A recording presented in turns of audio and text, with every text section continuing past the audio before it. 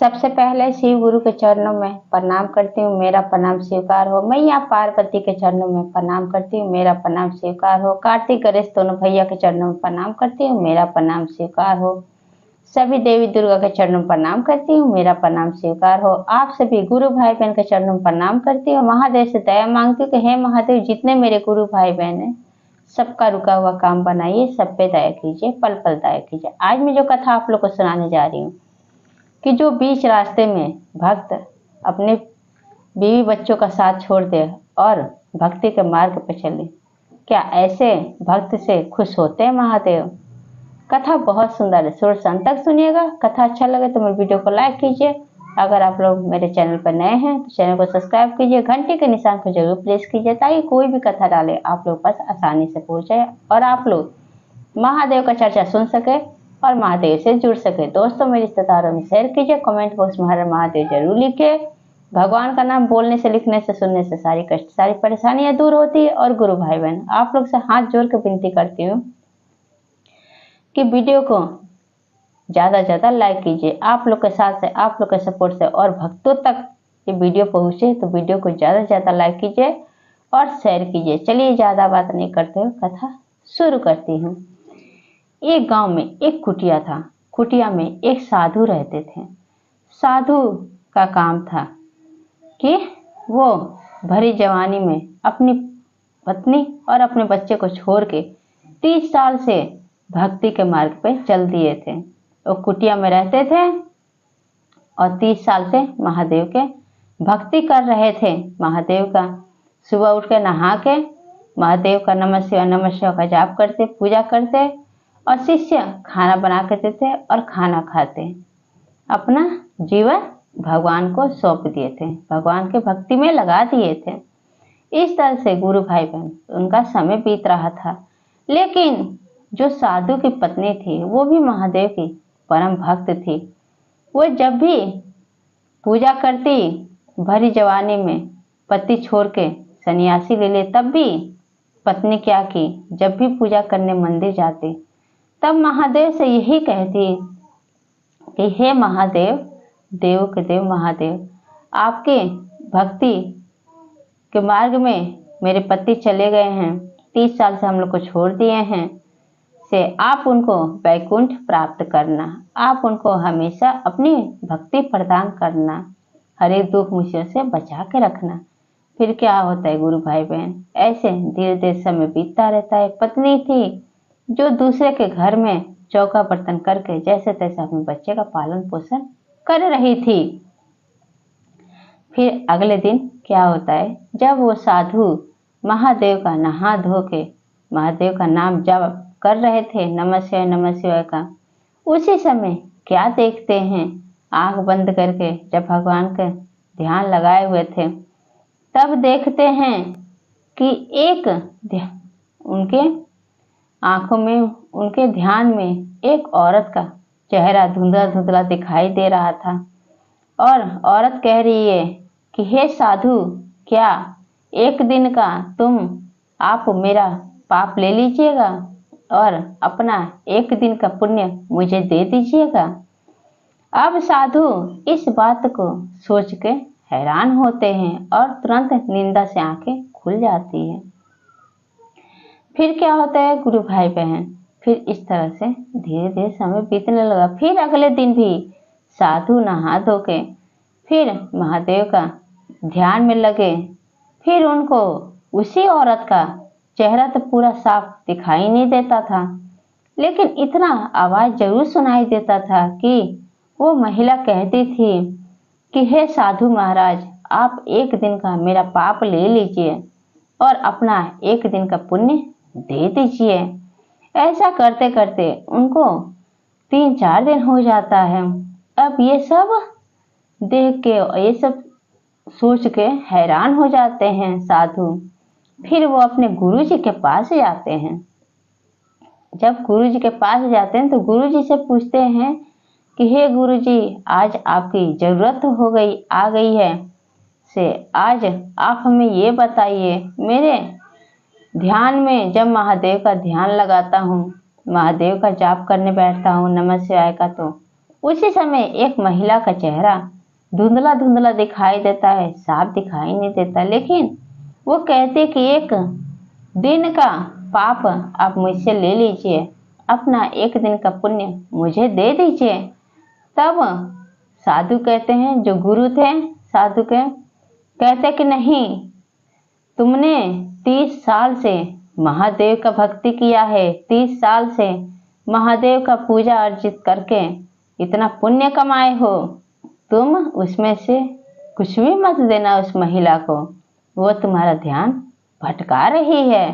तुम ऐसा कुछ मत करना। इंसान सब कुछ देता है लेकिन अपना पुण्य किसी को नहीं देना चाहिए, क्योंकि ये ऐसा फल है कि मरने के बाद साथ में हम लोग के जाता है। अपना पुण्य 30 साल का किसी को मत देना, अपना पूजा पाठ किसी को मत देना। अब क्या होता है, अब वहां से वो साधु महात्मा अपनी कुटिया में चले आते हैं। फिर अगले दिन भी ऐसे वो महिला जब भी ध्यान लगाते हैं तब ऐसे ही बोलती है कि हे साधु महात्मा, एक दिन का पाप आप मुझसे ले लीजिए, अपना एक दिन का पुण्य मुझे दे दीजिए। जो आप पुण्य किए हैं एक दिन का आप मुझे दे दीजिए, इससे क्या हो जाएगा, और एक दिन का पाप ले लीजिए। अब कुछ समझ में साधु महात्मा को नहीं आता है। रात को जब सोते हैं तो महादेव को सुमिरन करके सोते, कहते हैं कि हे महादेव, अब इस संकट की घड़ी में आप ही हमारी मदद कर सकते हैं। आखिर ऐसी कौन सी महिला है जो मुझे इतना परेशान कर रही है, मेरा जो आपके लिए भक्ति है रंग में भंग कर रही है, ऐसा कौन सी महिला है। तब स्वप्न में महादेव उस साधु महात्मा के स्वप्न में आते हैं और स्वप्न दिखाते हैं कि हे साधु, तुमने जो महिला तुम्हें सपने में दिखा रही है कि एक दिन का आप मुझे पुण्य दे दीजिए और एक दिन का पाप आप ले लीजिए, वो कोई और नहीं है, वो तुम्हारी पत्नी है, जो कि तुमने इतना बड़ा घोर पाप किया, भरी जवानी में अपनी बीवी और बच्चों को छोड़ के भक्ति के राह पे चल दिए। आखिर तुम्हें क्या चीज का घमंड है, क्या चीज तुम पुण्य किए हो। तुम 30 साल से अपने परिवार को छोड़ के तुम भक्ति के मार्ग पे मेरा नमः शिवाय का जाप कर रहे हो, दूसरे का बना हुआ खाना खा रहे हो। आखिर तुम्हें क्या चीज का घमंड है। तुम अगर अच्छे इंसान होते, सही इंसान होते, तुम अपने परिवार के साथ रहते, भले तुम महीने का 2-4 हजार रुपये कमाते, 10 हजार महीने कमाते, नमक रोटी खिला के अपने परिवार के साथ मेरी भक्ति करते, तभी तुम्हें उतना ही आनंद महसूस होता। अब मेरा भक्ति प्रदान तुम्हें होता और तुम्हें वैकुंठ प्राप्त होता।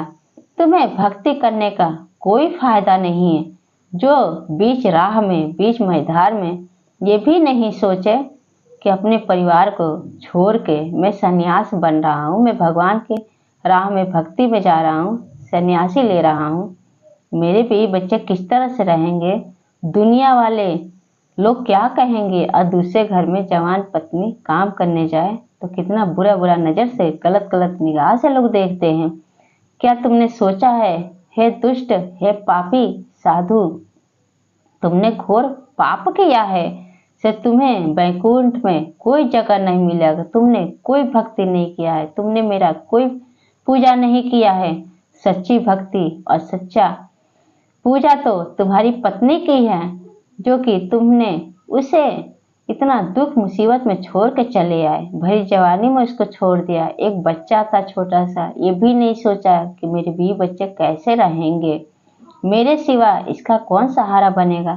तभी वो हमेशा पूजा पाठ मेरा करती थी और हमेशा तुम्हारे लिए दया मांगती थी कि हे महादेव, हे शिव गुरु, मेरे पति जहाँ भी हैं सन्यासी बने हुए हैं, भक्ति का मार्ग पे गए हैं, 30 साल से हमें छोड़ दिए हैं, आप उनको वैकुंठ प्राप्त कीजिएगा, आप उनको शिवलोक में जगह दीजिएगा। असली भक्त तो तुम्हारी पत्नी है, जो कि अपना गुजारा कर रही है, दूसरे घर में चौका बर्तन करके तुम्हारे बच्चे को पाल रही है और जैसे तैसे अपना दिन काट रही है। सच्चा भक्त तो वो है जो तुम्हारी पत्नी है, मेरी सच्ची भक्त। तुम एक दुष्ट हो और तुम एक साधु।